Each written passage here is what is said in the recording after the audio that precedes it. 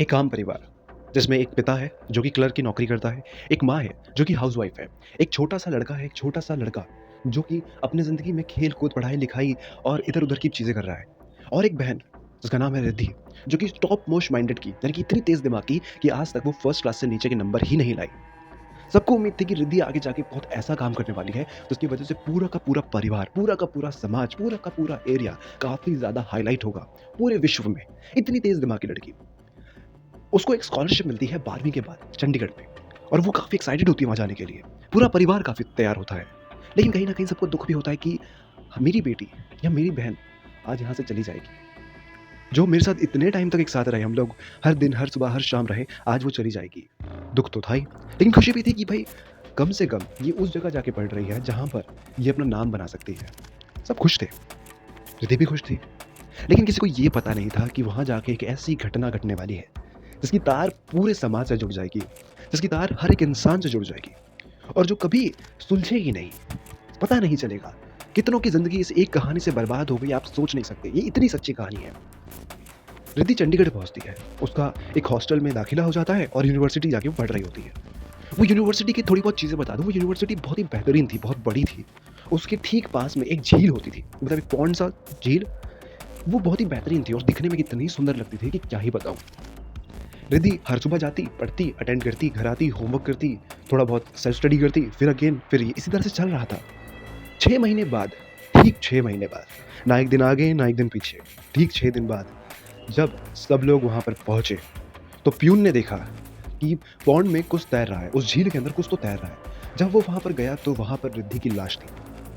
रिद्धि की बॉडी उस पानी में तैर रही थी। ये देखने के बाद जो वहाँ पर काम करने वाला था वो चकरा गया। उसने सबको बताया। सब भीड़ लग गई कि ऐसा क्या हुआ कि रिद्धि इस पॉन्ड में पहुँची कैसे?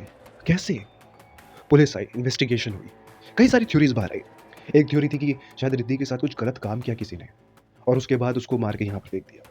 लेकिन रिद्धि की पूरी बॉडी पे कोई निशान नहीं था। पोस्टमार्टम में भी ये थ्योरी फेल हो गई कि रिद्धि के साथ कोई गलत काम नहीं हुआ।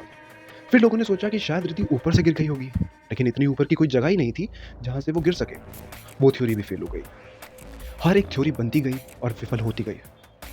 अब हुआ यूँ कि जब ये थ्योरीज़ बन रही थी, तो रिद्धि के हाथ में एक निशान था, एक अजीब-सा निशान, जो 2 ट्रायंगल्स बन रहे थे और आपस में स्टार क्रिएट कर रहे थे। ये निशान अपने आप में कुछ तो बता रहा था, लेकिन समझ नहीं आ रहा था कि ये निशान बनाया किसने है, क्योंकि वो चाकू के निशान थे, जिसकी वजह से उसके हाथ को काट के वो स्टार का निशान बनाया गया है।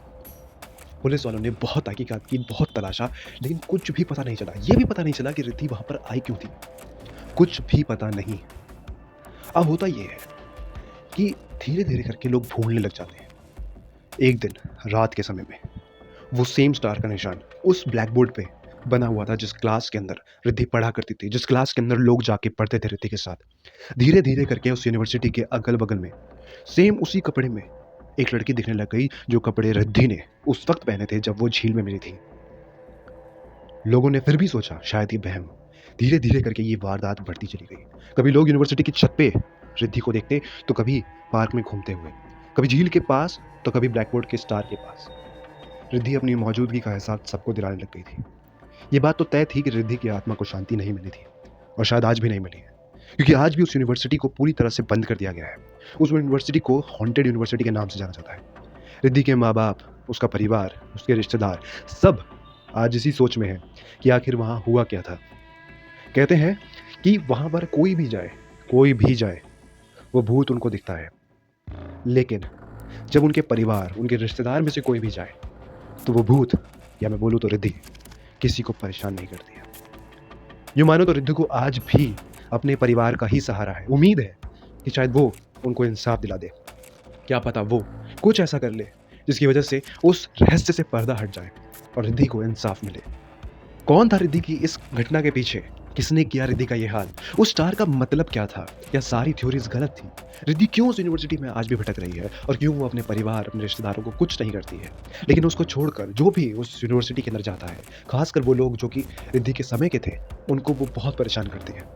क्यों आज वो झील जो कि सुंदर बनी रहती थी, उस झील के अंदर रिद्धि की लाश मिलने के बाद वो झील को बंद कर दिया गया? क्यों वो झील सूख गई? यूनिवर्सिटी में क्यों रिद्धि आज भी भटक रही है? क्यों उसको इंसाफ नहीं मिला? ये सवाल पहले भी थे, आज भी हैं और न जाने कब तक रहेंगे। लेकिन ये कहानी एक ऐसी कहानी है जिसने लोगों को हिला दिया, झंझोर दिया और लोग आज भी इसका इंतज़ार कर रहे हैं कि रिद्धि को शांति मिले, उसको उसके हमलावर या बोलूँ तो कातिलों का पता चले। दोस्तों, आज की कहानी को मैं यहीं पर विराम लगाऊँगा। लेकिन आपका काम ये है कि आप इसको लाइक ज़रूर कीजिएगा ताकि हमें पता चले कि कितने लोग इस कहानी से जुड़ पाए, इस कहानी को समझ पाए। मिलते हैं फिर अगली कहानी में। अगर आपके पास भी कोई कहानी है जिसको आप शेयर करना चाहते हो, तो आप हमें कमेंट कर सकते हो। हम अपनी मेल आईडी आपको ज़रूर देंगे।